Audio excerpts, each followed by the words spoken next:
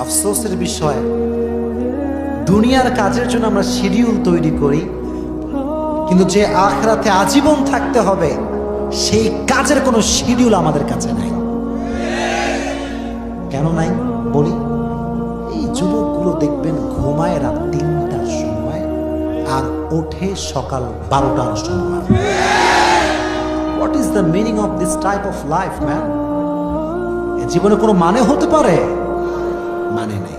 তো এখন দেখেন নামাজের ক্ষেত্রে সমস্যা এইটা। নামাজ যে আমাদের লাইফের একটা গুরুত্বপূর্ণ চ্যাপ্টার, গুরুত্বপূর্ণ একটা অংশ, এটা অনেকে বুঝেও বুঝতে চায় না। আর নামাজ ধরেও আবার কেন ছেড়ে দেয়, কারণটাকে বুঝতে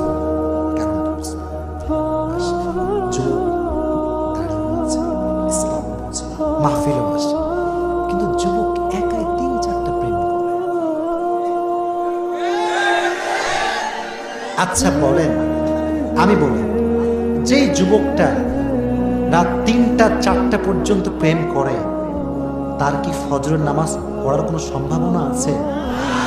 কেন নাই?